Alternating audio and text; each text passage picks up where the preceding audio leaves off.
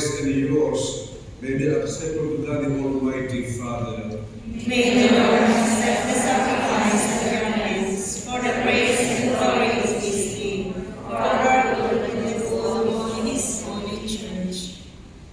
Grant your church, O Lord, we pray, the gift of unity and peace, whose signs are to be seen in the mystery, in the offerings we here present, through Christ our Lord.